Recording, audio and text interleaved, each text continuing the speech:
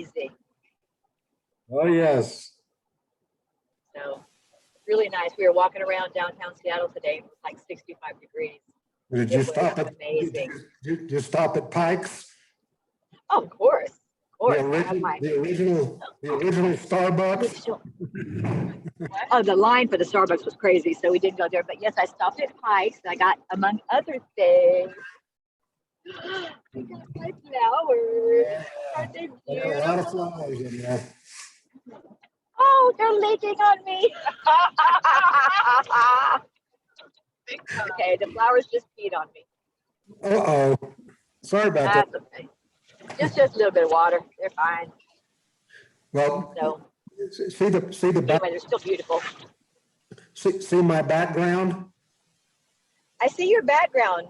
So That- I know. Is that where you're at now, or that's just the background? That's where I am. I'm very close to that spot right this minute. Okay, and where's that? Angel Fire, New Mexico, the Angel Fire Country Club. Wow. Nice. Very nice. See? Can you guys hear me? Lisa, can you hear me?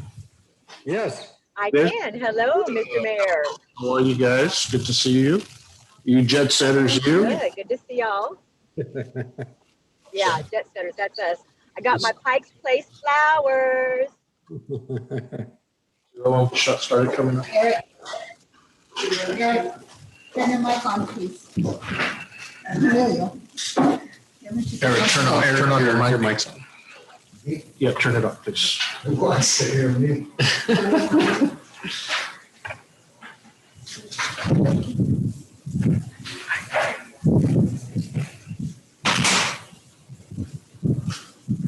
We got a couple of minutes still.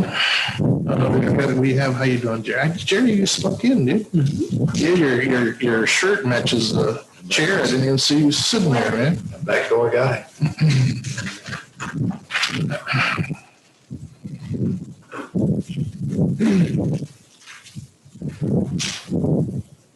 I see Matt is in, Jason is logging in. I Matt, see the backs of Richard and Barbara. Hi, Richard and Barbara. yes, they're back there. Hey, Matt, can you hear me, Matt? Are you, Lisa. Hi, Lisa. Matt, can you hear Hi, Richard. I can hear you. Can you hear me? me now? Jason, Matt, can you hear me? I can hear you. Excellent. That's good. Thomas, Hi. you're joining our call. Are you, can you hear us? Thomas Rocato? You're on mute, sir. There you are. Really nice. No, I know. I'm sorry. Yes, I can hear you clearly. Okay, that's fine. We'll, just as long as you can hear. Okay. Is that David Flynn logging in?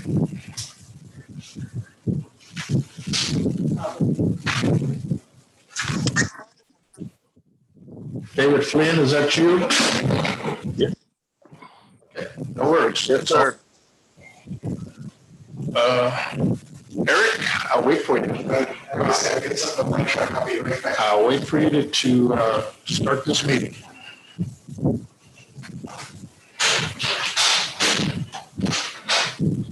Give us a couple of seconds.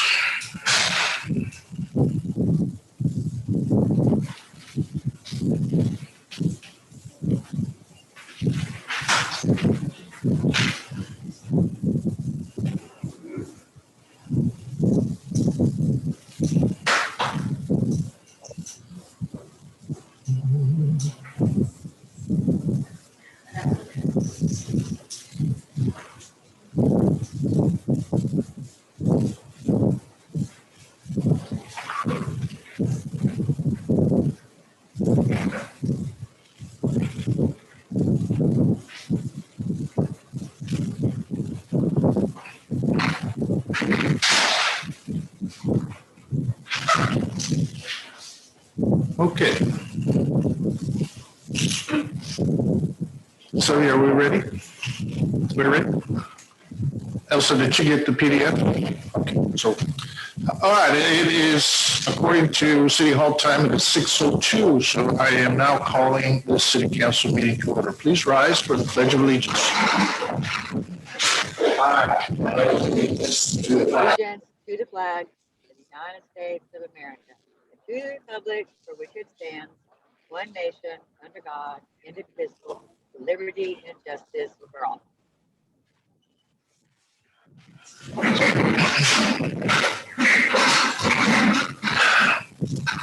Heavenly Father, we pray for your guidance in the matters at hand and ask that you would clearly show us how to conduct ourselves with a spirit of joy and enthusiasm. Give us the strength to find ways to excel in our work and our decisions tonight. Help us to work together and encourage each other to reach excellence tonight. We ask this in your name. Amen. Amen. So before we get started with public comments, for the record, as you know, this is a official meeting for the state of Texas. So can you do a roll call, please? Oh, absolutely, Mayor. Councilwoman Cynthia Thompson, present. Edgar George, Here. Councilman Michael Lamont, Present. Councilman Eric Hoff, Present. Councilman Jerry White, Here. Councilwoman Lisa Taylor, Present. and City Attorney Jason Mann. Here. Thank you. We have a full quorum tonight. For the record, as you know, this meeting is recorded. We also have in presence our financial advisors. Mr. Don Gonzalez is also here present in person.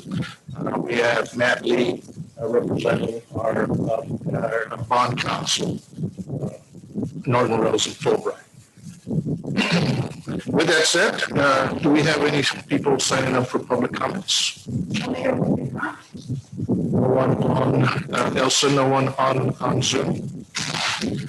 Good. Before we get started, I want to welcome to see faces again at City Council. As you know, we are open and we would like to see some people to come to City Hall. We have limited seating, unfortunately. So it's basically first come, first served. We'll try to keep people as safe as possible. So please bear with us. We have a small facility. Unless we have something big later on down the road, we will move our council meeting to another venue. But for now, please bear with us. It's first come, first served. And we'll try to keep everybody as safe and comfortable as possible. So with that said, we have items for discussion tonight. Item number 5, minutes for approval of the regular meeting of June 15. Council? It's minor, just kind of spelling on page 2, I guess as well. The acronym for Texas Water Development Board is DWDB instead of TWCB. Paragraph 1 and 2.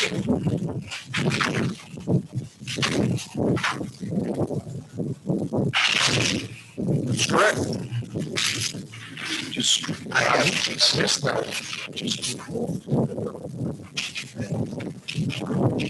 On maps.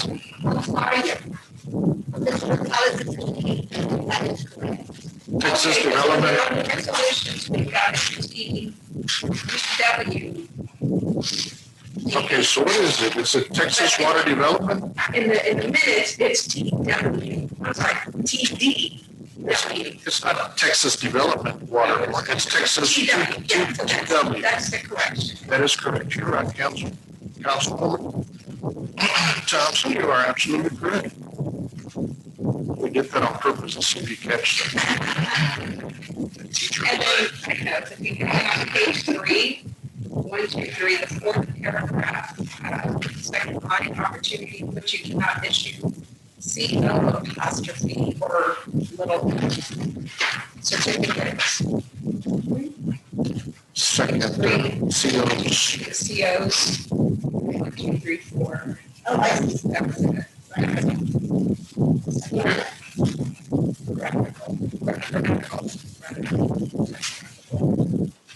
And that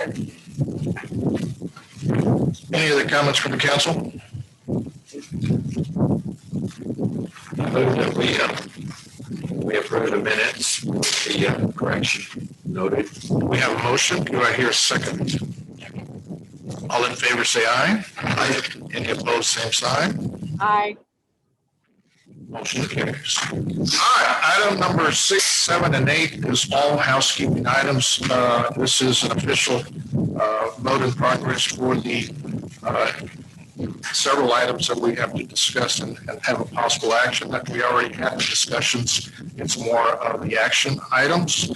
With that said, we have our financial advisors. Mr. Don Gonzalez is going to do a quick little presentation. We also have Matt Lee on Zoom in case there's any questions from the council to either one of those persons.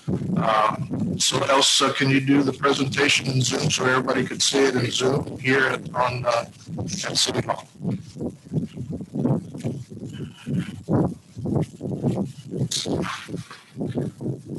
Welcome, Don. Thank you, Mayor. For the record, my name is Don Gonzalez with Is this screen in the bottom? Yes, it's perfect. Thank you. For the record, my name is Don Gonzalez with Estrada y Hinojosa. We serve as financial advisor to the city of Palm Valley. And Councilwoman, forgive me, I thought I heard TWDB, and so I was saying, yeah, TWDB is correct. It's a little tongue twister. It is. So what we have for you this evening is a presentation that outlines both grant and loan that the city of Palm Valley has received. This is a brand new program from the Texas Water Development Board. We don't know if this is going to be funded in the future. We know how important drainage and flood infrastructure improvements are, particularly to the Rio Grande Valley. We're actually working on a number of these for various clients for two primary reasons. Number one, it is where there is a loan, it's at 0%. So it's extraordinarily subsidized in terms of you having to pay only principal and no interest over a 30-year time span for repayment. The second one is that there's grant associated with this. I will tell you that not everyone that applied is getting both grant and loan. Some are just getting loans at 0%, and others, depending upon the type of project, are getting a loan that only goes out 10 years. In your particular case, because you have projects that are going to be longer time frame, they're not just design oriented, but they're actually design and construction oriented, you're going to have a 30-year payback time frame. So if you think about in terms of just your own ability to borrow money, if someone says, I'm going to loan you money at 0%, we'd say, well, how long can I pay it back over? And the longer, the better. In this particular case, the Water Development Board is allowing it for 30 years. If you go to page 1, this is who the different players are associated with the transaction. The City of Palm Valley is the issuer. Estrada y Hinojosa and Company is financial advisor. Norton Rose Fulbright is bond counsel, and I believe, Mayor, you referenced Matt Lee is on the participating by Zoom. Texas Water Development Board is the purchaser of the loan. The paying agent and escrow agents will be U.S. Bank. And then you're a little bit unique in that you have an interlocal agreement with Cameron County Drainage District number 5. And I'm going to get into that here in a little bit, because one of the items I believe that you're going to be considering is the interlocal agreement. And one of the things that we would recommend is that the interlocal agreement be actually an item that you would take up first, because if you don't take that up, then the mechanism by which the city is going to be making payment is going to be via a transfer of funds that you will be receiving through this interlocal agreement between the drainage district and the city of Palm Valley. So what is going to happen, and I know Mr. Lee was involved in drafting and reviewing that interlocal agreement, and Matt, feel free to jump in here if I get any of the facts incorrect, is that the drainage district is going to be required to collect a certain amount of funds and make sure that those payment funds are sent here to Palm Valley at least 2 weeks prior to when the annual payment is going to be made. That way you have 2 weeks to get that into your bank account and then to wire those funds to the Water Development Board. So the net effect in your particular case is that you're not going to be paying any principal or interest for this debt. But the key here is that you are legally on the hook because you are pledging your ad valorem taxes for the repayment of this debt. So long as the interlocal agreement between the two governmental bodies is honored and handled in an appropriate manner, then they will be transferring funds to you. You will have those funds. You will in turn send those funds to the Water Development Board for the repayment of the 0% loan. Matt, if you want to jump in here, if there's anything that I may have missed in terms of details, feel free to fill those in. Sure, can you all hear me? Yes. We can, Matt, please. Excellent. Don, as always, is 100% correct. So the items that are shown on the agenda shows the interlocal item going first. So the council will want to take that up before they take on the grant piece, the grant agenda item, and the certificate of obligation agenda item. The city secretary already has the executed signature pages from Cameron County Drainage District number 5. So they've already approved it, reviewed it. It's ready to go. So as soon as, assuming the city council approves it tonight, we will have those signature pages, and the city attorney, Mr. Mann, will record that as of tomorrow or shortly thereafter. So those documents have been reviewed. They are ready to go. So the first item that's before you is the resolution that's going to approve that document, as well as some other housekeeping items like easements. We want to make sure that the city is authorized to access that property. So we have a couple different easements, one with Cameron County Drainage District number 5, one with the Harlingen Country Club, so that the city actually has the rights to go onto the property and take on the construction. So those are some of the ancillary items that are also included with that interlocal agreement. But everything else that Don said is 100% on point as usual. Mayor, I don't know if you would like to take that item up now, and then I can continue with respect to the balance, but I wanted to at least provide that introduction of the project and how this came about. And now, depending upon what the city would like to do, we can proceed. Thank you, Don. With that said, item number 6, council, it's discussion and possible action to approve a resolution of the City Council of Palm Valley, Texas, authorizing the execution of an interlocal agreement and a temporary easement with Cameron County Drainage District number 5, authorizing the execution of an easement agreement with Harlingen Country Club and other matters in connection therewith. Council, before I turn it over to you, Jason, you have reviewed and you have approved. Is that correct, Jason? Jason Mann. Can you hear me, Jason? Yes, I can hear you. Yes, I've reviewed everything. I've participated in the drafting of some of the language for the temporary easements, and I approve of everything. Discussions. When you say temporary easement as opposed to permanent easement, how does that happen? These are access easements so that the project can be completed. Just during the construction phase, you mean? Yes. And of course, there's easements with the drainage district and so forth. They already have them. The easement is permanently with the drainage district, Councilman. The difference is, since we are the issuer of this role, we are the people that are borrowing this money. The district has to give us the easement while we're doing the construction, since we're owning it. But as soon as the construction is over, the easement goes right back to the drainage district. Did I say that correctly, Matt? Jason? The way I understood it? Yes, sir. Yes.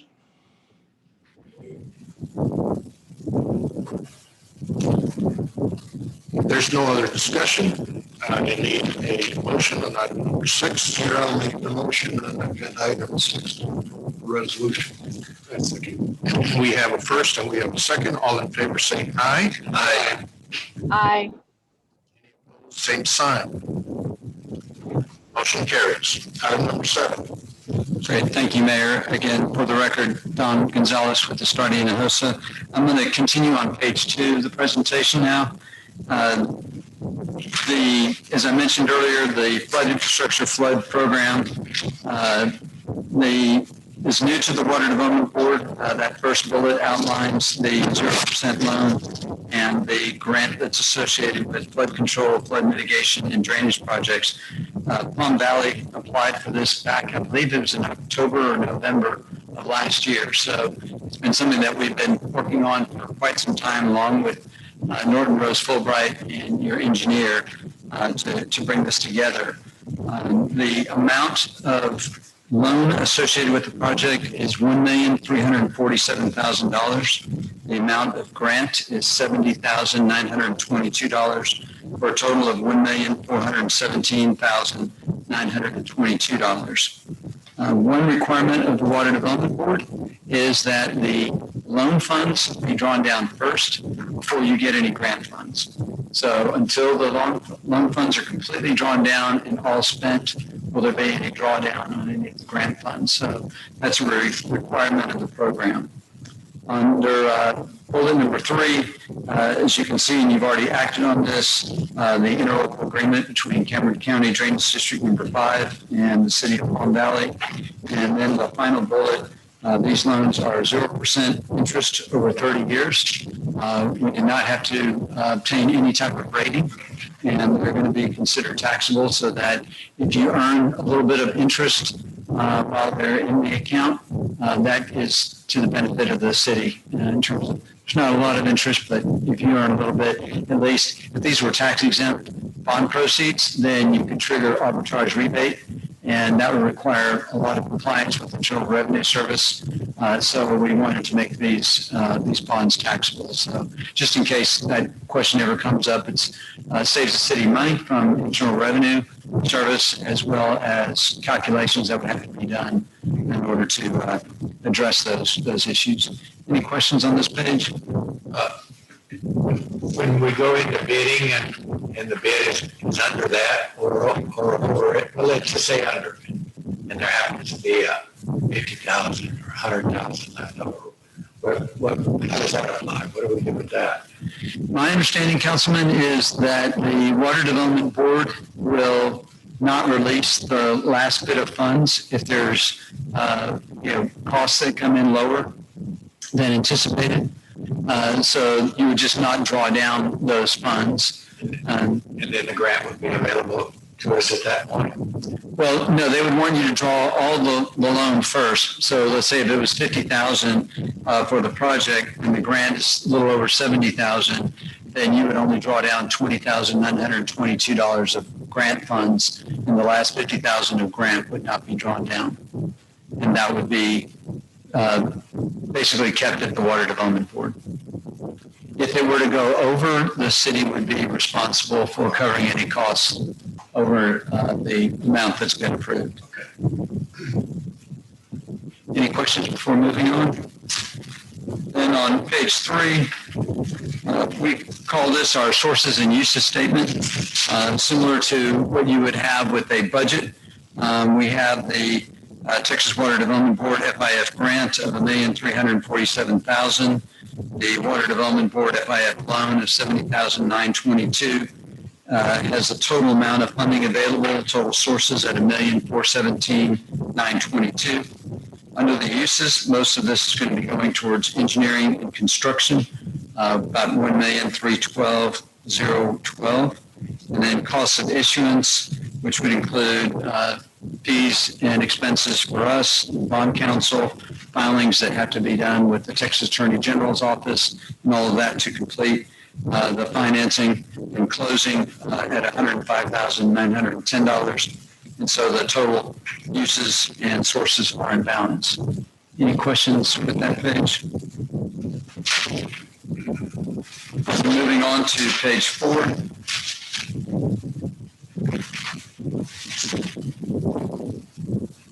There's a lot of numbers on this page. I'm not going to walk you through all of them. I think the main thing I'd like to focus on is columns E through H. And if you see, all of them are $45,000 per year, each and every year for all 30 years. So what's anticipated, except for the last year, which is $42,000, is that the amount of debt will have annual payments of $45,000 per year, 29 years, $42,000 in the last year. And that's what the city will be responsible for.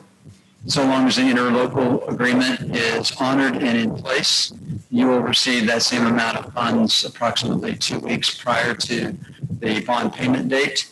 And that is what we consider self-supporting, which is what you see in column H, so that the amount that you'll be receiving equals the amount that you'll be paying out. And so the total net debt service that's in column I is zero for each one of those years. So this will have no impact on your utility system, no impact financially on the ad valorem tax rate of the city as well. So in the city of Palm Valley's particular case, it's a win-win-win, if you will, since you actually have the principal being repaid by another governmental entity based on the interlocal agreement that you have in place. So it's almost like getting all grant. You just have to understand that you are legally bound for the 30-year commitment for the repayment of that debt. So you want to make sure that both governmental entities honor that interlocal agreement so long as the bonds are outstanding. Any questions on that page? Yeah, I just have a quick question. You said it 3 times now. I think interlocal agreement is honored and in place. But how can it not be honored and how can it not be in place? I'm just saying year 5, year 10. That's a question that I probably ought to direct to the legal counsel. I don't know if, Matt, if you want to take the first stab at that, or the city attorney. Sure, could you repeat the question? Sorry. If the interlocal agreement, so long as the interlocal agreement remains in place, as long as the debt is outstanding, the question was, why would the interlocal agreement not be in place over the course of the 30 years? And I think there's, certain actions that either governmental party could take. I don't know if there were a failure to complete the project. That one party would say, we're withdrawing from the interlocal agreement because the project was not completed, or things of that nature. But I'll let legal counsel speak to anything specific beyond something like that. Sure. So the interlocal is tied to the term of the bonds. As long as any debt is outstanding, that agreement's going to remain in effect. So it's not tied to the project when the project will be completed. If I think David might be able to speak more to the project, but I believe the project will be done not too far out into the future. So the bonds will be outstanding, like Don said, 30 years out, way past once the project's done. So the term of the interlocal agreement's tied to the debt service. As long as there's any bonds outstanding, Cameron County Drainage District number 5 has an obligation to levy and collect tax revenues from its base to then send over to the city. And if they decide to back out for whatever under the agreement, they will be in violation, and the city would have certain rights under that interlocal agreement to force Cameron County Drainage District number 5 to act under that agreement.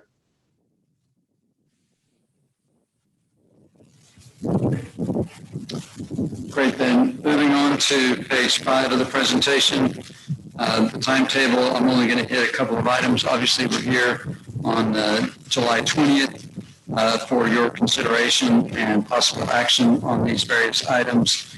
Assuming that you decide to move forward with this, we would anticipate closing on or about August 18th. So a little less than a month from now. And the last page is a disclaimer. I'm also not going to read that to you, but basically says there's a number of assumptions and information that we've been provided that we use to put together this presentation.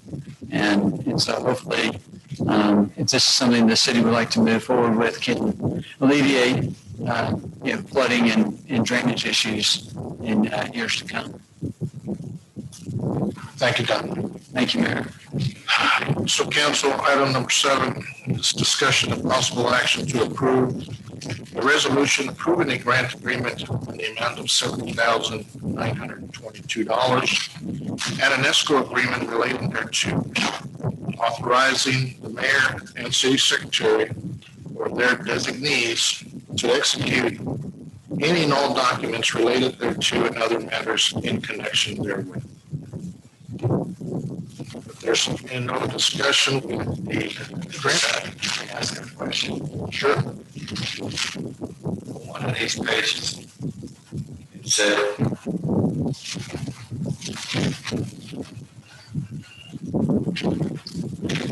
never mind. Okay. That's the same question. Too simple. I would like to move that the city council adopt a resolution approving a grant agreement. I have a motion. Second, Mayor. I have a second. All in favor, say aye. Aye. I'm waiting for the last document. She said aye. Lisa, did she say aye? She said aye. Any opposed, same sign? Motion carries. Item number 8 is discussion of possible action to approve an ordinance authorizing the issuance of City of Palm Valley, Texas combination tax and subordinate lien revenue certificates of obligation taxable series 2021, providing for the payment of said certificates by the levy of an ad valorem tax upon all taxable property within the city, and further securing said certificates by subordinate and inferior lien on the pledge of revenues of the system, authorizing the execution of any necessary engagement agreement with the city's financial advisors and other matters incident and related thereto. Council, just want to, before we have a discussion, I just want to make sure from our bond counsel and our financial advisors, because some residents here have a real big issue when we talk about pledge revenues and what else did I see here that we had an issue with liens against our property. So just want to make sure we've asked this question several times and we've addressed this issue several times. We're going to do it one more time so we won't have any disagreements of what's going on here. Will there be any liens on our property placed? Start with No, sir. So as Don pointed out, behind the scenes is the interlocal agreement where the funds will come from. So even though the documents are drafted and the city is pledging to the Water Development Board revenues from collection of ad valorem taxes and, a subordinate lien on the revenues of the utility system, those are just pledges of revenue, but the city can repay that debt with the revenues that it's going to receive under the interlocal agreement. So, the pledges, the revenues that the city will collect, and that's it. It's not the Texas Water Development Board can't come and force anyone to sell their home to pay for the debt. They're strictly their sole recourse would be to impose the city or ask the city to impose a tax rate sufficient to pay that debt service. So nothing further. It's a pledge of the revenues the city collects, and here the city is going to be using revenues that it's receiving under the interlocal agreement from Cameron County Drainage District number 5 to repay the bonds. Thank you, Matt. Council, any other discussion? We've already discussed all of this already.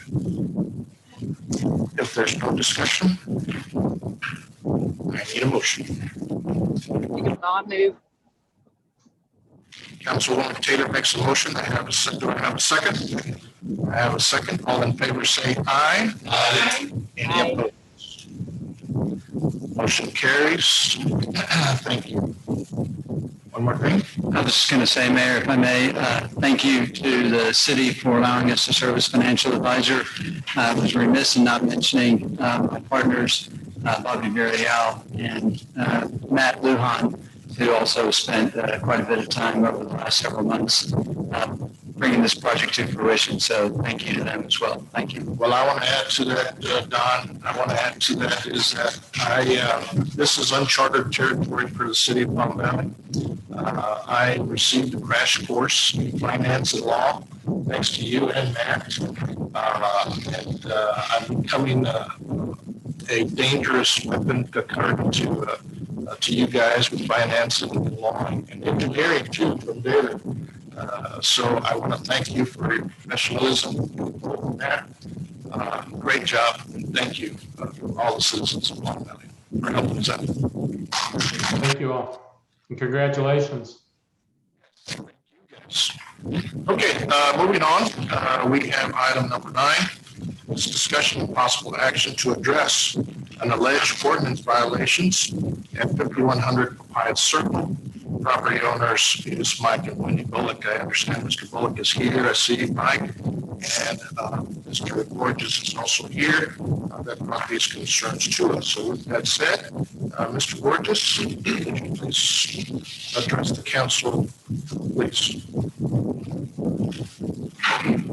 Thank you, Your Honor.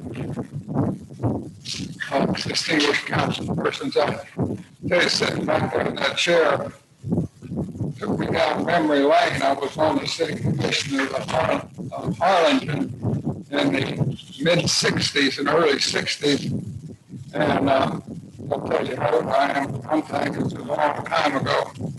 But I know all of you are very attentive to your job. And I'm going to start my comments first by saying that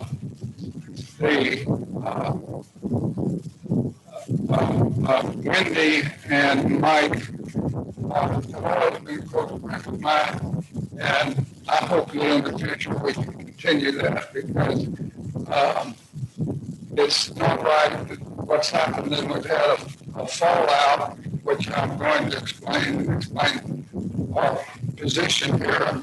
The second thing I want to say is there was a direct violation of the city ordinances in that it was used for commercial use, and that is the crux of the problem that occurred starting right after the first of the year up until about 3 weeks ago.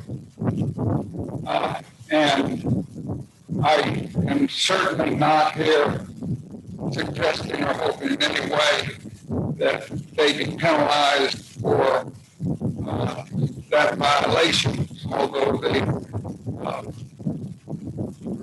records and the rules do provide for such a penalty.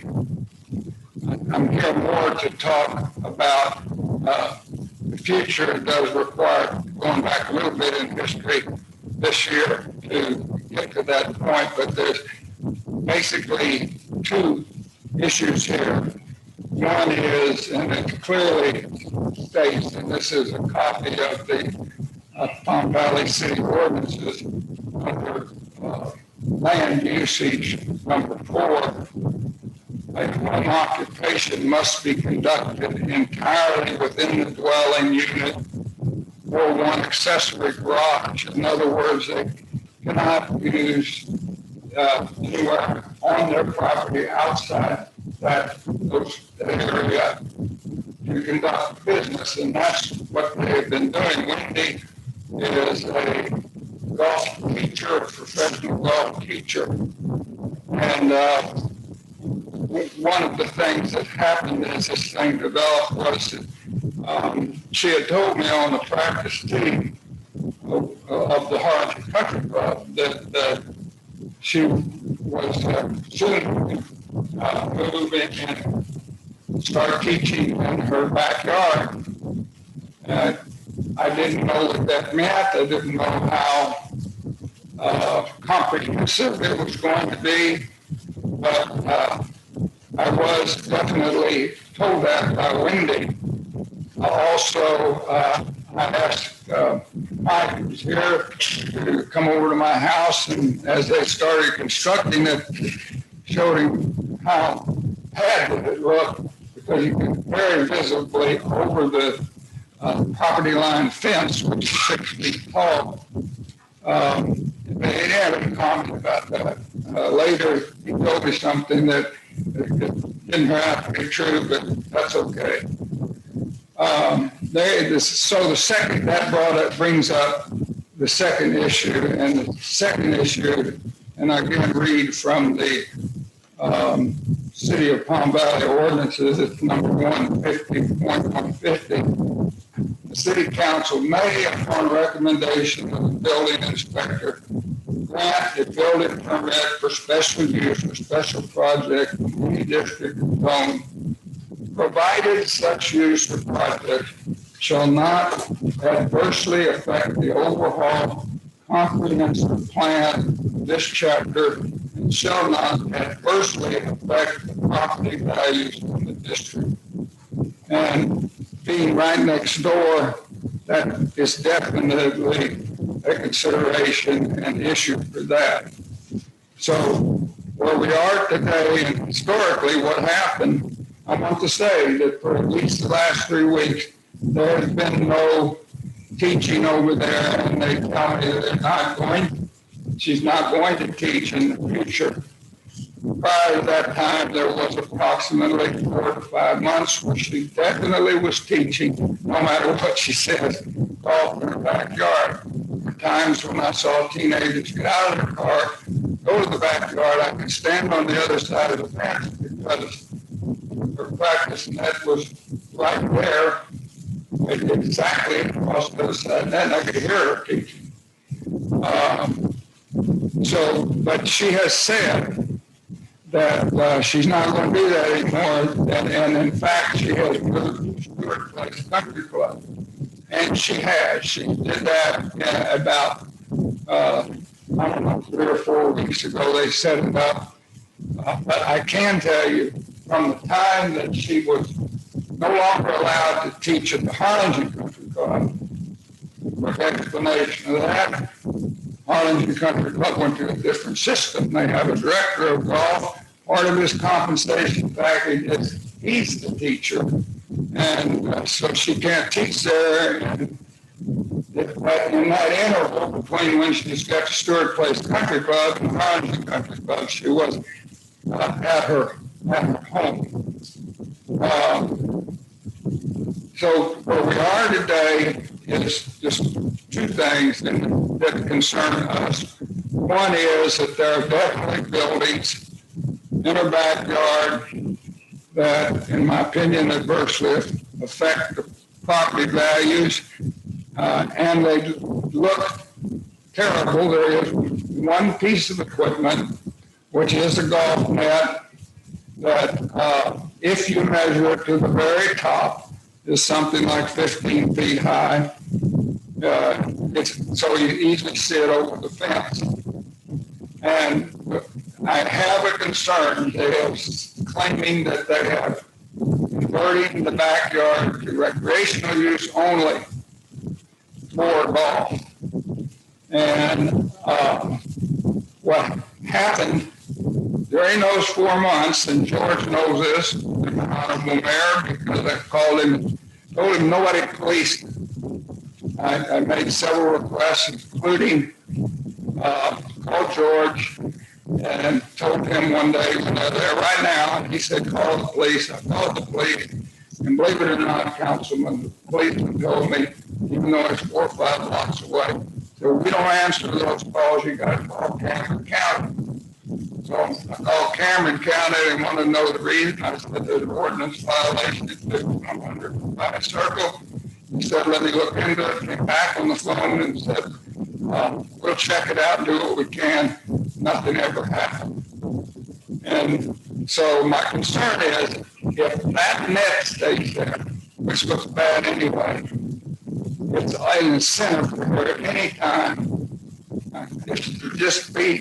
She said she's not going to do that anymore. Be truthful about it. That's fine, but it should come down. The other thing is that other auxiliary buildings and temporary things out there, they look just terrible. And here's a picture of one of them as it stands right now. If you want to go look at it, they call it a tree house or a gazebo or something. That's been a work in progress forever. Never been finished, never painted. It's the worst looking thing from all of this there is. They have another building here, which is, and I can read from the ordinances show you a picture of this building.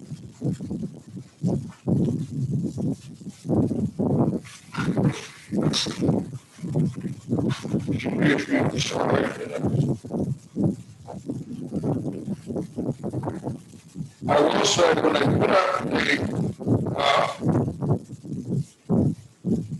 net that Mike built a big wooden structure around it, and when all the complaints started, he took down the wooden structure, but didn't take down the net. Here is this other building that, if you read the regulations, that building is an illegal building.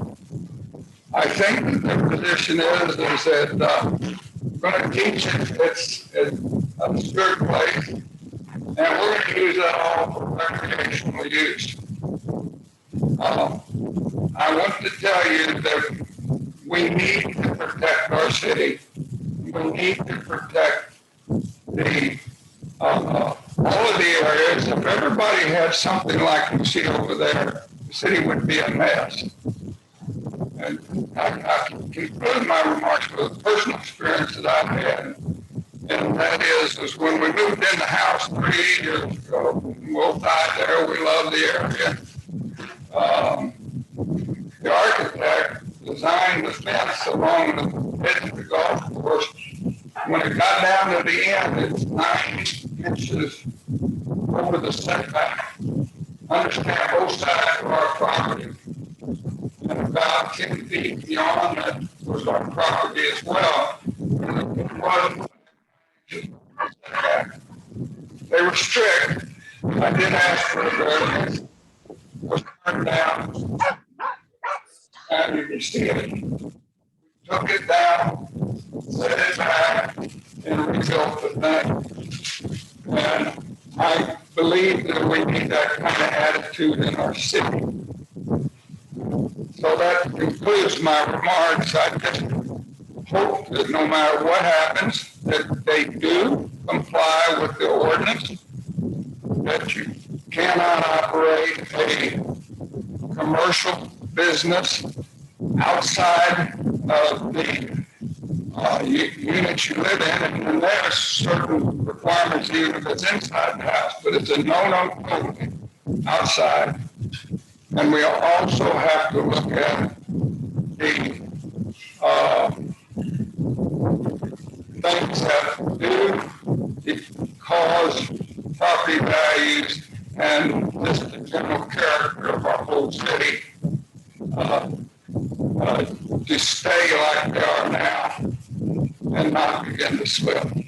Whatever you guys decide, that'll be fine. Thank you very much. Thank you, Mr. Gorgeous. So just want to make sure that the council understands you're alleging 2 ordinance violations. One is the commercial business outside of it. That's one of them. Is that correct? The way yeah. Okay. And then the second part is that the structure that you're saying in the back, the storage unit, is not in compliance. And I'm saying that in accordance with the ordinances, that it adversely affects property values in the district. And there are structures over there that are not in keeping with the ordinances. And also the net, Just to clarify that, though, I spoke to all three people on this. I know all three. I've never had dinner in anyone's house. I've never had a cocktail. In fact, I met with Mr. Gorgeous today, and he even offered me. But anyhow, I jumped into this thing and looked from all sides. And the violation that he's speaking of would only be if it was a home occupation. Okay? I mean, that's what the ordinance is. If you have a home violation, it would be a violation. Okay. And we'll get Mr. Bullock up and see if, because I spoke to Wendy and it is not a home occupation. Now, it may have been. Certainly got the ordinance, which I read to you about adversely affecting value of property. But I think that's very important. I agree. I absolutely agree. but I just want to make sure that those are the items of the alleged violations. Okay. With that said, Mr. Bullock, would you like to address some of these issues? Or I was going to ask Jason's opinion here in a little bit as well. But if you want to address the allegations before we go to Jason? Yes. And Jason, I've asked, and Chief, are you back there, Chief? Are you listening? Okay. I have a question about the phone call to the police department. But anyway. thank you. Mr. Bullock, it's we're being recorded, so please your name and address, please. Mike Bullock, 5100 High Circle. So I guess I'll just start from my beginning. When we moved in there, Mr. Gorgeous actually sold us half an acre because he felt in his tenant court, which I guess would be a violation of, because he would have two structures. They had two, right? Swimming pool, tennis court. So I don't know how long he would have been in violation. But anyway, that's neither here nor there. Anyway, the golf net was put up immediately when we moved in, which was I want to say 2006. So it's been there since we've been there. And we put a shed in there, a tool shed, which is the second structure I think they tried to show you. And subsequently, we built other structures. I did have a 2-story tree house in there for 12, 15 years. I can't remember for sure. I had to get rid of that because the insurance wouldn't cover it anymore. It wouldn't cover the house when we had tree house. So the tree house that he used to be is now an entertainment area kind of thing. It's screened in porch because after the storm, our screened-in porch was converted to a living area after the flood last time. We had enough money to do that, and we still have a screened-in porch, not connected to the house, but it's connected by a walkway system and everything. I put in a permit to connect it to the house, but I don't have an answer on that yet. I don't really have taken down the shed. I don't. If there's one structure, you just tell me. I'll take it down. we're talking the steel shed now? Yeah. Okay. In the back. So we keep all stuff in there. We keep tools in there. We keep other stuff. I can find places for that. And he did teach there for quite I'd say another year and a half at least, up to when this started. I'm not aware of the ordinances. Affecting anyone, and apologize if they did. Now we are aware of the ordinances, so we're not doing it. We resigned from the club in May. We didn't get let go by Kevin because once they let go of Liz, who was a big proponent proponent of children's golf, and Wendy just didn't feel comfortable up there anymore. Doesn't like the general manager. Not really fond of myself. But that's neither here nor there. He doesn't represent her. He doesn't represent our values.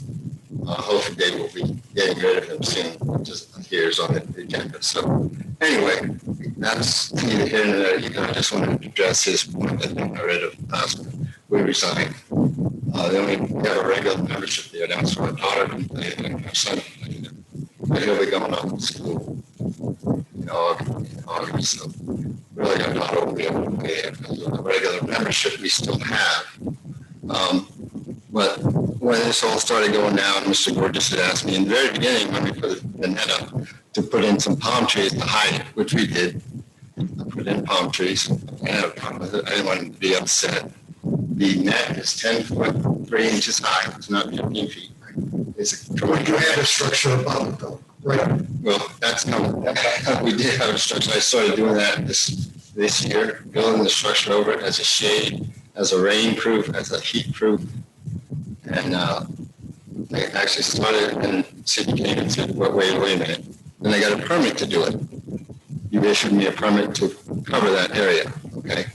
Which I still hadn't looked at the city regulations or ordinances. I didn't know that, and not knowing it is it's still my fault.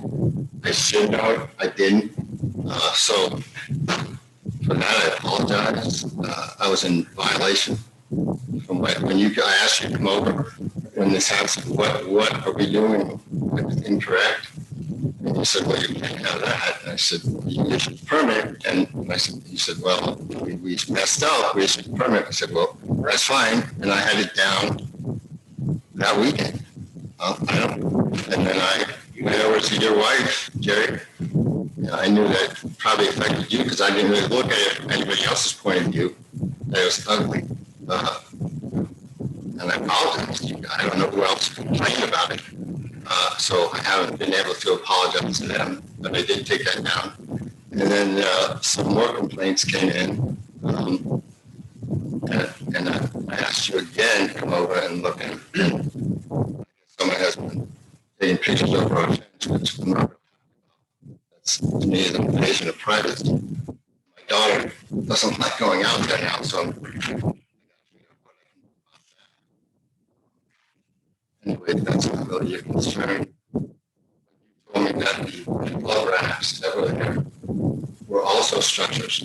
Those are gone. Everything else is gone. Except the shed. The shed is there. And there. And what you call it a tree house, but there's no whatever. It's built around a tree, and it's a screened in porch. That's a TV, rec area, workout area. We call it a man cave. When was that construction? In here? Probably. When did you anticipate completion of it? As soon as I get enough, I actually have it. Because that's what, I actually have the pieces to finish it. Except now I've had to, I got another permit to raise the roof in my garage. So I could put a net in there, so. Is that gonna come down that's outside? If you tell me to bring it down, that's fine. Okay, I'm just asking. No, I don't want to bring it down because I like practice. So Jason, I've asked Jason to give us his opinion on that. But it is, Mr. Gordon's way closer to 10 feet than 15 feet. 10 feet. It's very solid. I just measured it. It's 3 or 4 feet above the fence. I'll take a measurement. You guys are more welcome to come over. I found all 3 people to be very nice and cordial. And so I know some of the points. And so that's why I asked you when tree house. And by the way, it's not a tree house. It's not a tree house. Very, very nice structure. It's carpeted, it's got everything inside there. Electricity, power. You were planning to complete it because I can complete it this weekend. Okay, if that is a major point. I just. Jason can answer our question on the nets. let's talk about the ordinance. Let's talk about the ordinance. We're gonna get some legal explanation on the ordinances. Bill and Wendy looked at me yesterday, square in the face. I'm sorry, Mike and Wendy looked me square in the face and said, "This is not a business." Period. Now, once we got told that is not legal, is not, we're no longer teaching that. She's no longer teaching.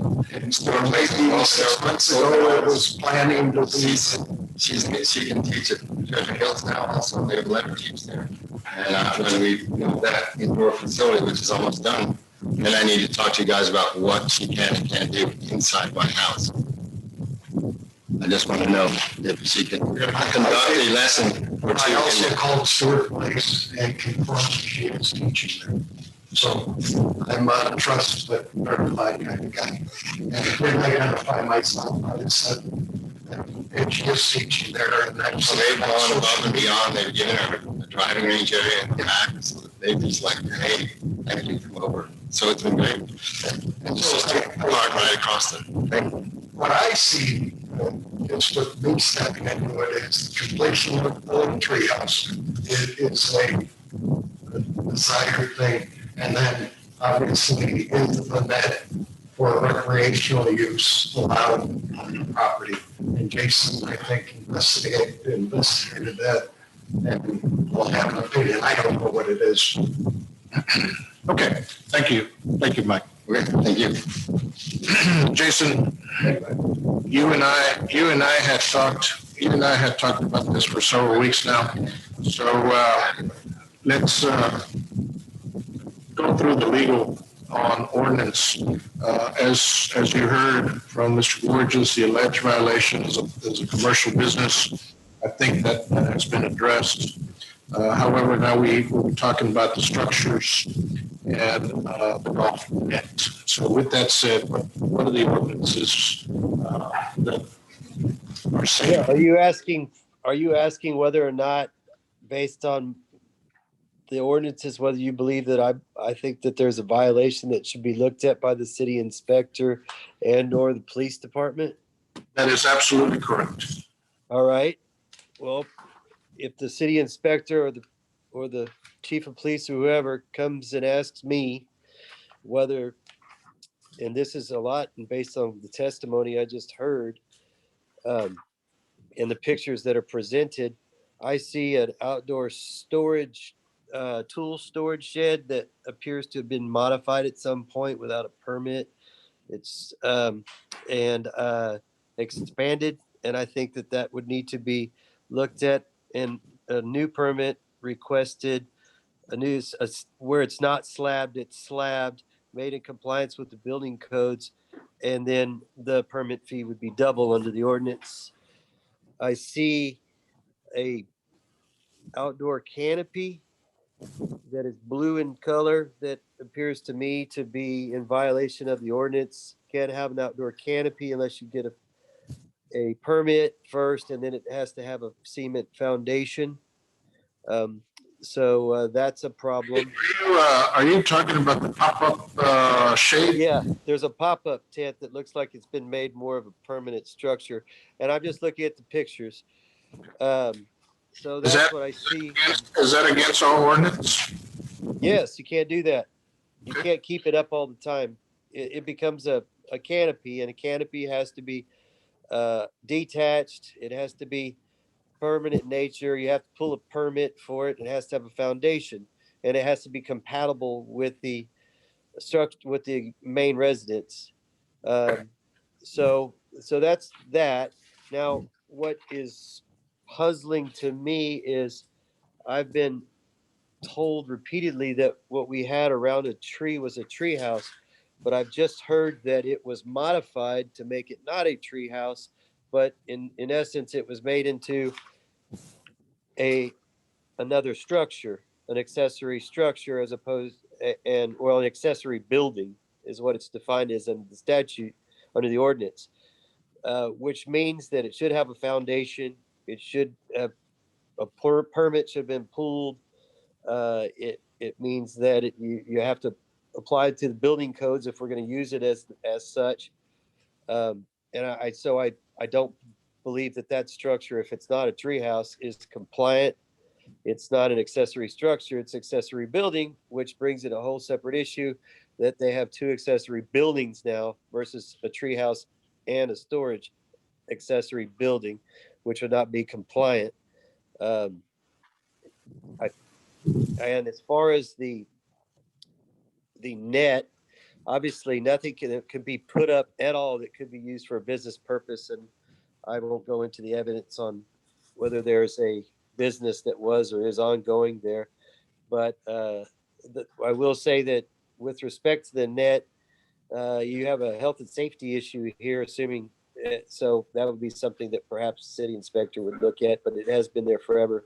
But obviously this could be violative of the noise ordinance also. I would think that would be applicable to that, although what's the difference between it and the basketball goal up? So I don't know about the about this outdoor net that's for basically a driving range kind of wall.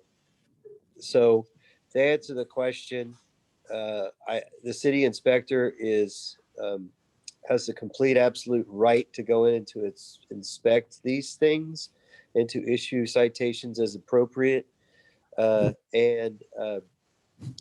Obviously, if there's a complaint made by Mr. Gorgeous or someone else, it should be investigated. And if there's a violation found, then a ticket should be issued, or at least a warning. And then with something else, as a final last straw, the city council could go to the district court and get a restraining order to cause a removal of some of these things if it's found that it's not compliant with the permitting rules and so forth. So I sort of leave my response with the question, what is this structure around the tree? Is it, if it's been converted, then, which I believe it stated it has, then I think that's a per se violation. So, Jason, so you're saying that now there are two accessory buildings on this property? That's exactly what I just heard, that we had converted a treehouse into an accessory building without permit. And then we had, then you already had these tool storage is what it's commonly is defined as in the statute, or storage barn. That is, it looks to be compliant at one point. If you look at the middle of it, it looks like it was smaller than it was expanded, but the expansions looks like they have a wood base and not a concrete base. I know there's a new standing seam roof on it, which looks nice, but that seems to connect two different phases of construction. So I don't believe that, and we checked to see if any permits were pulled for that. I don't see that they were, although the records don't go back forever. So I think at this, you already had a tool storage, which was an accessory building on site. So you were not allowed any more of those. And so if we've converted the use in nature, albeit without a permit, of a treehouse to an accessory building, then yeah, we have two, and that's one too many. And it should be distinguished for everybody that there's a difference between an accessory structure and an accessory building. For instance, you could have a pool and a tennis court as accessory structures, but you could only have one pool house, which would be an accessory building. So there is a nuance to it. A flagpole is an accessory structure. A mailbox is an accessory structure. So the ordinance anticipates you having more than one accessory structure, but they have to fit within the rules. But there can only be one accessory building, and you've got two here based on what I've heard this evening. Ms. Eric, when we spoke last week, and I was trying to get up on this thing, the difference between the accessory structure and the accessory building, was it the foundation? You're asking me that? Was it the foundation, the difference between the accessory structure and the building? No. If you look at the the B schedule to on what these various how these structures are defined, structures versus building. It's really talking about occupancy and use. And so you're getting into, yeah, you might need a foundation. Yeah, you might need to go pull electrical. I mean, he said he's got, I mean, did we get an electrical permit? Did we pull a plumbing permit? When you're getting to be a pool house, a guest quarters, those kinds of things, a detached garage, an attached garage that's new, like you would have on some of the houses that are on Palm Valley East or North, where they have sort of the alleyway and things like that. So those are accessory buildings, as opposed to having a pool and putting a barbecue pit pavilion with an awning over it that may require a permit also, but is not an accessory building. It's so that's different. You know, you could have a pool, you could have a barbecue pit area / pavilion, and that's allowed. If you had a pool house, that's a completely different story. That's building code stuff.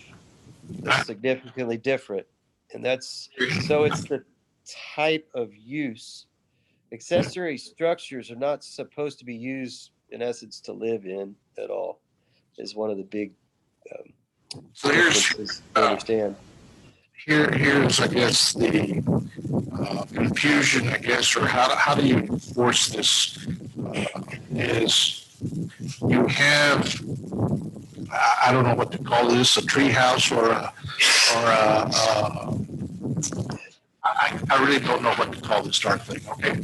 I went into a meeting this evening with the understanding that this was a tree house, but I just heard, which was somewhat surprising to me, and that this house at some point, this tree house at some point in time has been in nature converted to something different. It's no longer a tree house. So you got to pull a permit. You just mentioned build what you want out in the back or change what you want out in the back.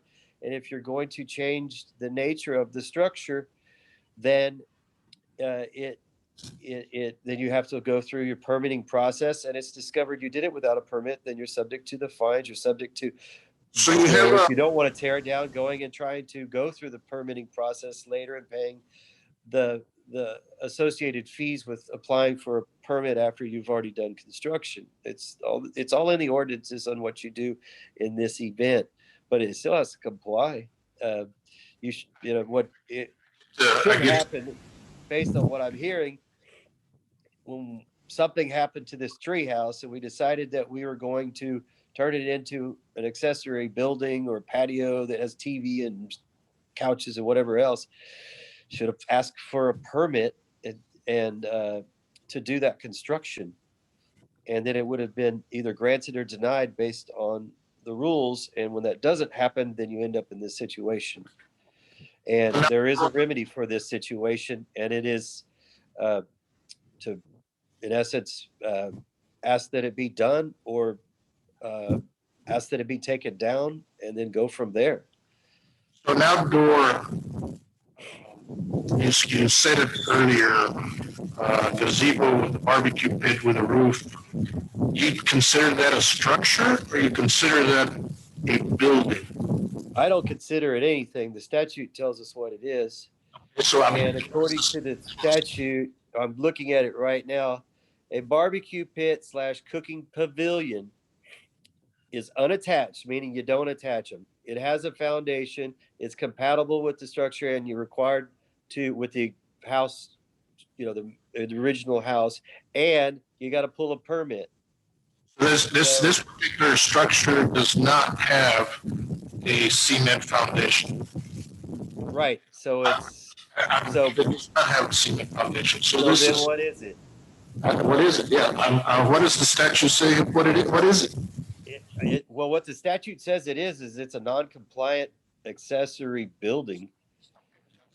I'm sorry, thank you. First of all, I don't know why everyone keeps saying we converted the treehouse. The treehouse was removed. Insurance company said to take it out. The new structure didn't require a permit because you waived the permits after the flood. We've done that. We had no permit. We did not have to have a permit. You said we didn't have to have a permit. Now, I'm more than, I'm just saying that's when it was done. We waived the wasn't fees. required to have a permit or the. No, we waived the fees. Right. We didn't say don't pull a permit. Okay, that's the way I interpreted it. I'm sorry.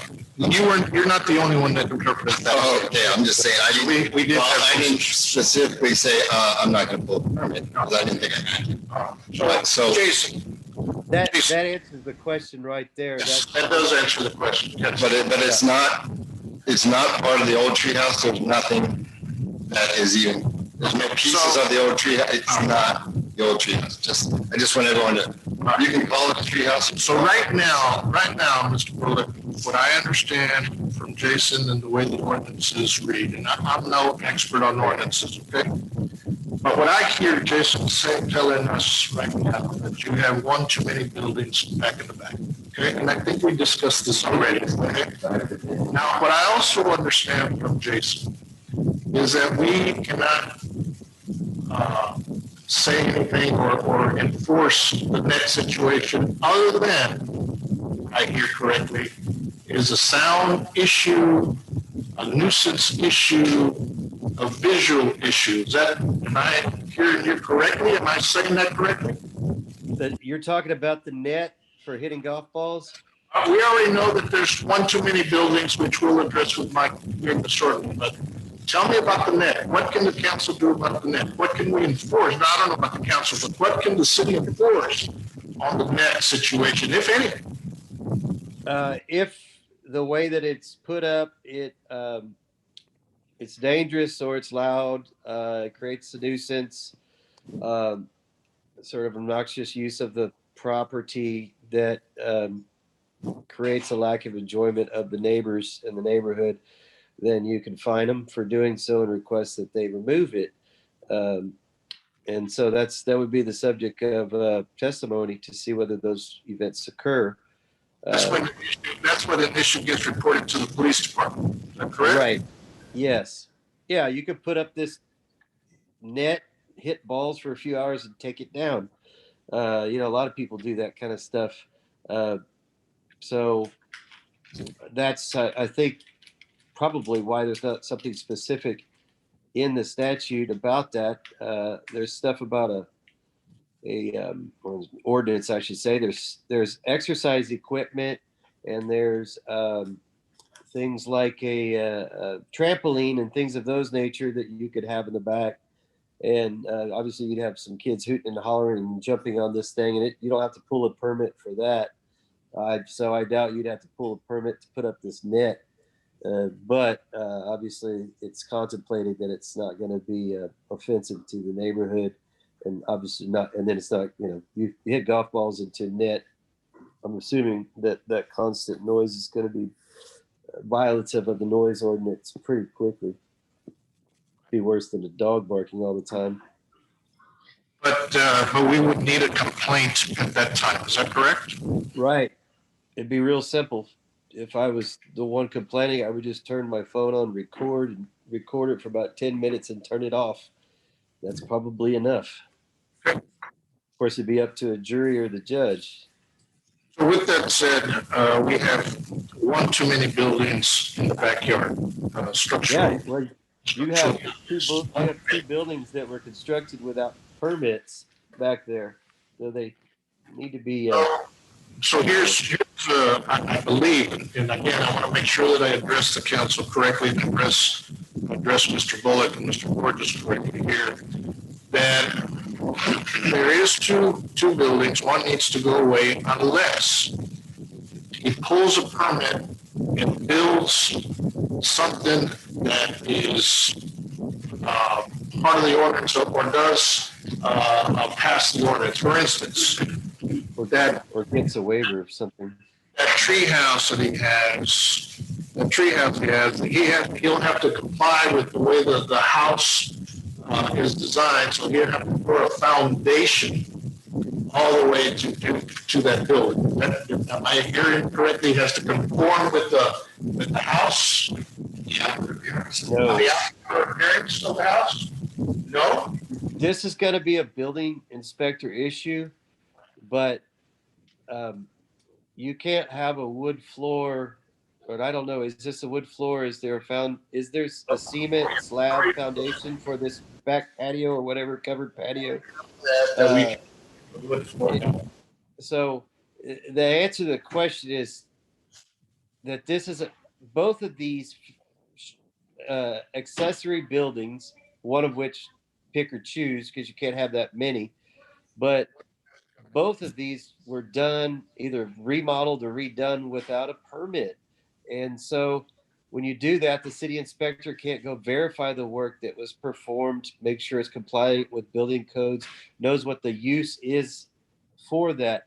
So you have, in my opinion, you have two structures that are not compliant with the ordinance right now. And I'm talking about the tool shed, and I'm talking about whatever has been put in place instead of the treehouse. Because half of the tool shed or part of the tool shed is not on the cement foundation. It's on top of the wood foundation. I see it now. You didn't pull a permit for it either. You need to, correct. And this other structure, which is a gazebo or treehouse or whatever the case may be, that doesn't have a concrete foundation. So that has to come down as well. Am I hearing that correctly? I'm not telling you it has to come down.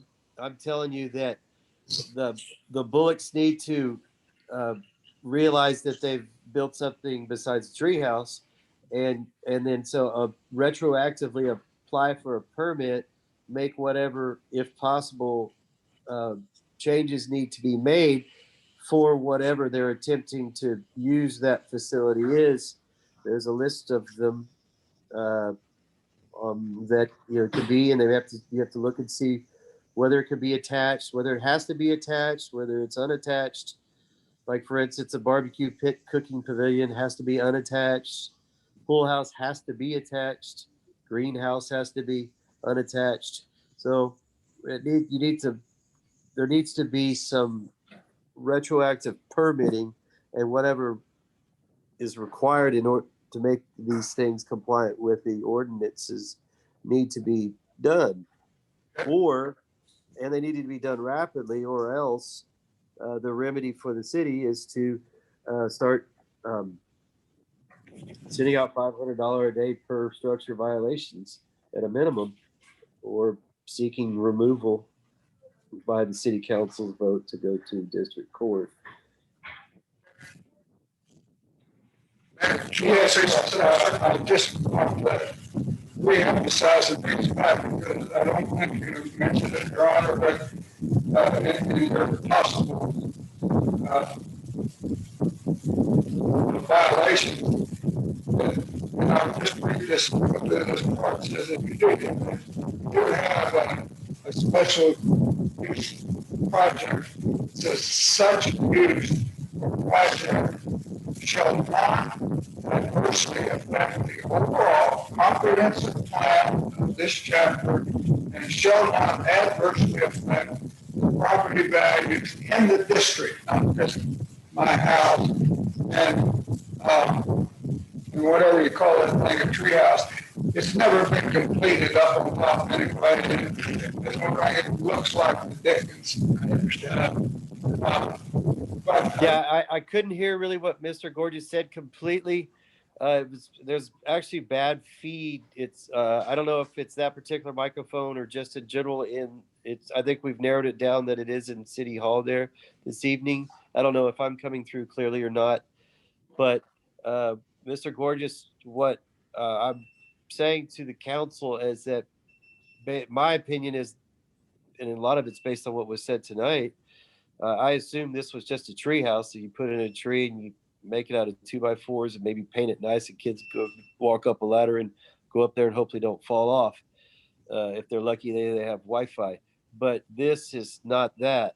This is a building that has been built without a permit, either because of some misunderstanding about whether you needed one, But if a permit is required for what this is intended use, then I don't think that you would have an incomplete structure for which you consider an eyesore, and that's where the problem lies right now. And that's the remedy for that is to bring it up to the standards, and then you have to retroactively. It is permitted to retroactively apply for the permit. It costs double when you've already done the construction, but that doesn't mean that this existing structure will pass the city inspectors or the building codes rules. And I just don't know that. That's not my expertise, but they obviously would have to, just like a pool house or anything else at this point. It's beyond my expertise as well, Jason. But anyway, bottom line is we have two buildings that are not compliant to our ordinances that need to be addressed. So Mr. Bullock, you're going to have to address both these buildings and see how you got one too many buildings up there according to what we just heard. So one of them needs to come down for sure, but both of them are not in compliance. So we're going to have to do some major, not major, but some sort of work on one of those buildings.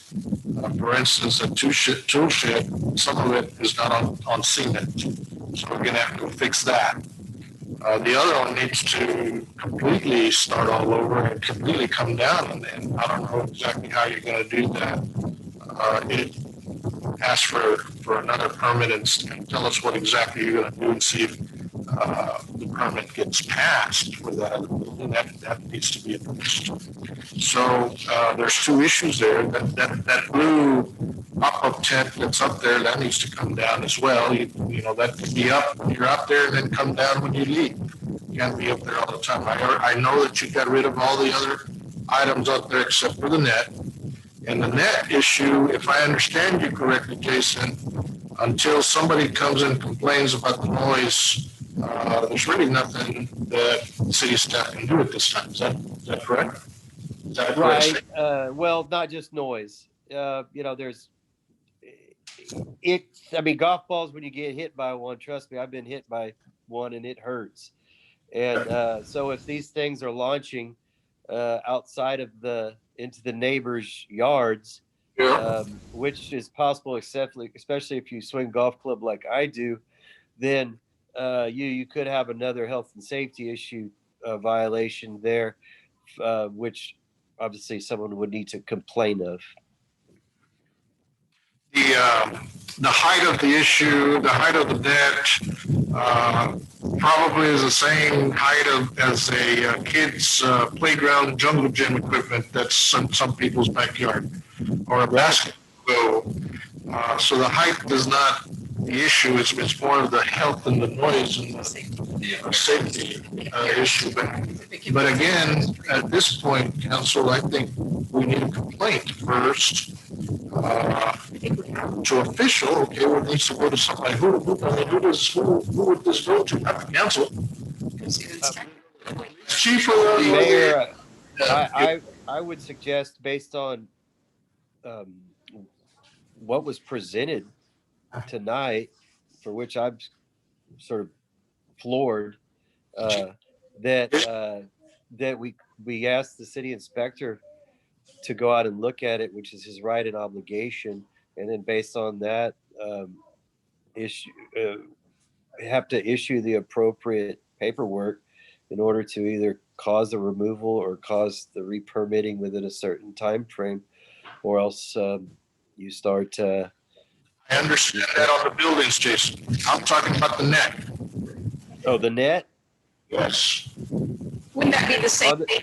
Is there a safety concern? The net would be the police, and with the noise and any sort of, golf balls flying around. I mean, and you're talking about a lot of them in rapid succession in that area, but let's assume everybody hits it square there, and that's not a problem. But if the noise, then that would be that would just be the police department, just like if the dogs were barking, or you had the neighbors that had the stereo up at full volume at midnight, in their pool. So those are noise violations, and I think everybody that's heard a golf ball be struck by a titanium driver and then end up going at 120 miles an hour into a net knows that it makes a lot of noise. So I could perceive of a complaint being made, especially by a neighbor that's 15, 20 feet away, and they would call the police department. All right. So council, I don't know what action item you can take with this. I do know that we will send the city inspector over to Mr. Mulligan to discuss these two buildings and come up with some sort of solution. Talk about a time frame here as soon as we get him out there and discuss it with you. Okay. I do have a question. Yes, please. Let her know if Chief can comment. I just am kind of curious about Chief comment. If you can clarify, Chief, the concern, just for clarification, when Mr. Borges called the police and they said it was a county matter? Yeah, I find it hard to believe that the officers, because during that time, I was in contact with the mayor. I went out there several times to listen for these golf balls being hit. I never heard any golf balls being hit. The officers, especially on the weekends, were keeping an eye on the officers, and that was one of them. They were keeping an eye on that house basically all day, Saturdays and Sundays, to monitor the traffic. Because part of the ordinance, of course, is about the traffic that goes to a house. Everybody that we saw was getting dropped off. So it's not like there were 8 cars parked there. The parents would drop the kid off, leave, and then an hour later go pick the child up. So there was no ordinance violation on as far as the number of people that were there. And it was never where there was like 10 kids at once. Respond. Oh, yes. Yes, we did. Yes, we did. So I'd like to know which day he called, because then I can track down who it was. But all the officers that were working day shifts during that time when we were working on this, and when we had the meeting with Mr. Ramos about the buildings and all that, we were well aware that, you know what, keep an eye on the house for the noise and for the traffic. So, and we respond to ordinance violations every day. So, question.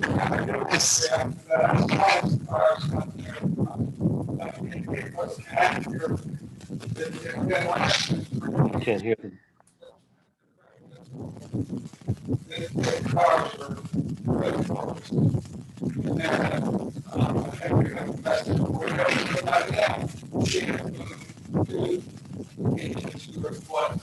No, we were.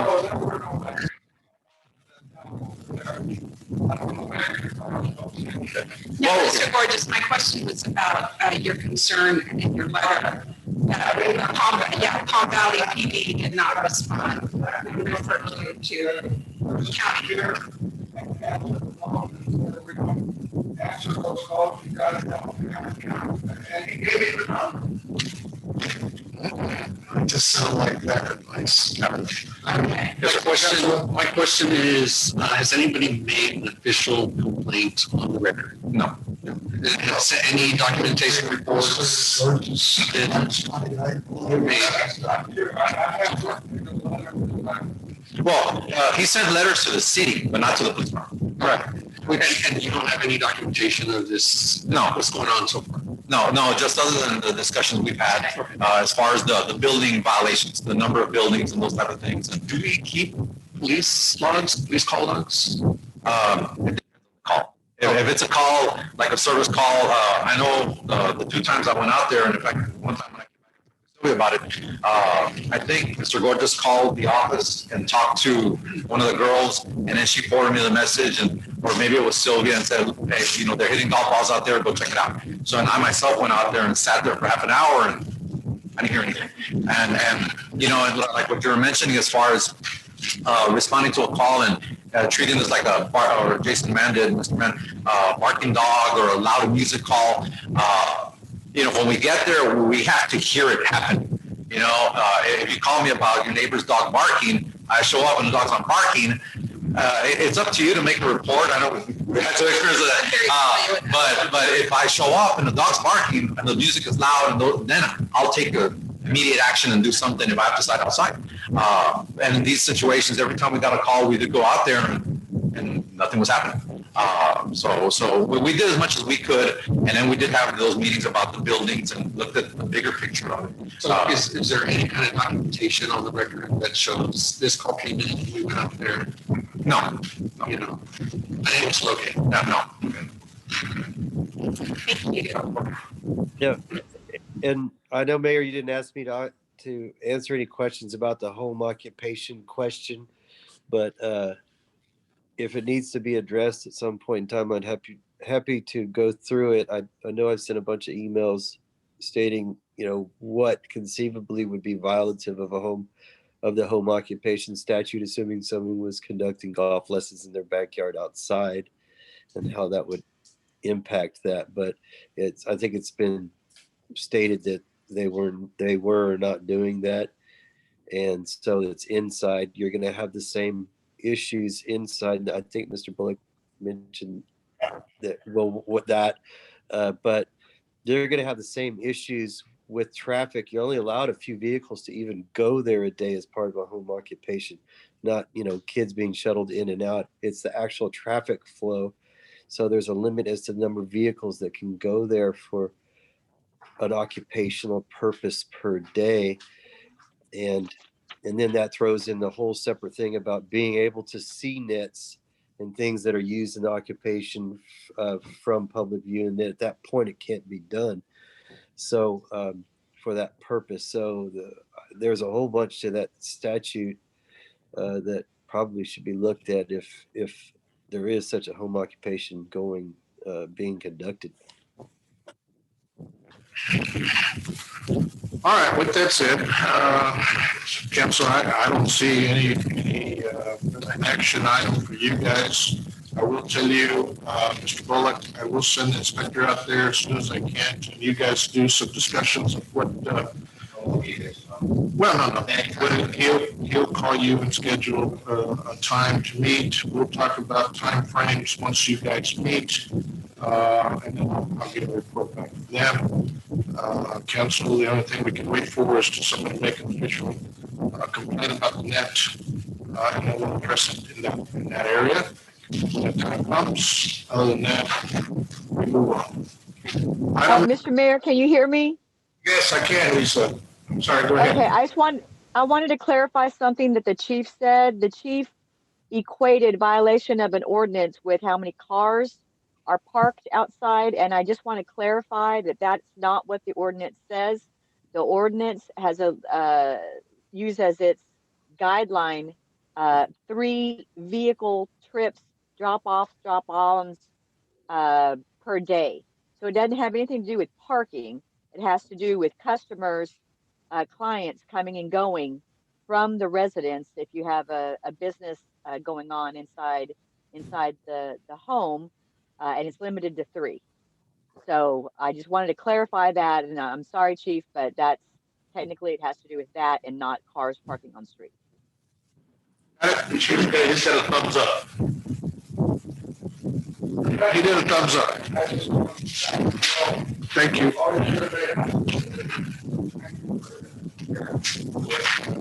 Thank you, Mr. Burgess. I'll get back with you as soon as we get meetings going. All right, item number 10, discussion and possible action to adopt an ordinance approving the negotiated resolution between the City of Palm Valley and the Texas Gas Service regarding the company's April 29th cost of service adjustment and other related provisions. We do this every year. The gas company did ask for a gas rate increase. They did get one, but not the one that they're asking.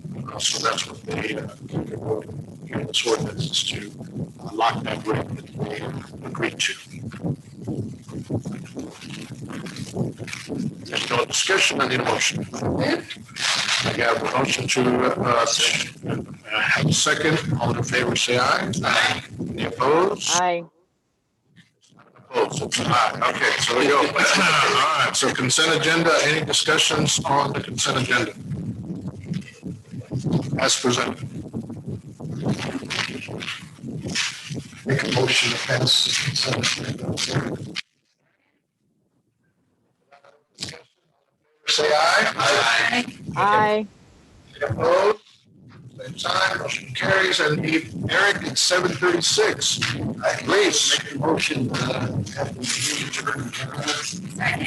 We have a second, all in favor? Aye. Aye. Do I get a vote?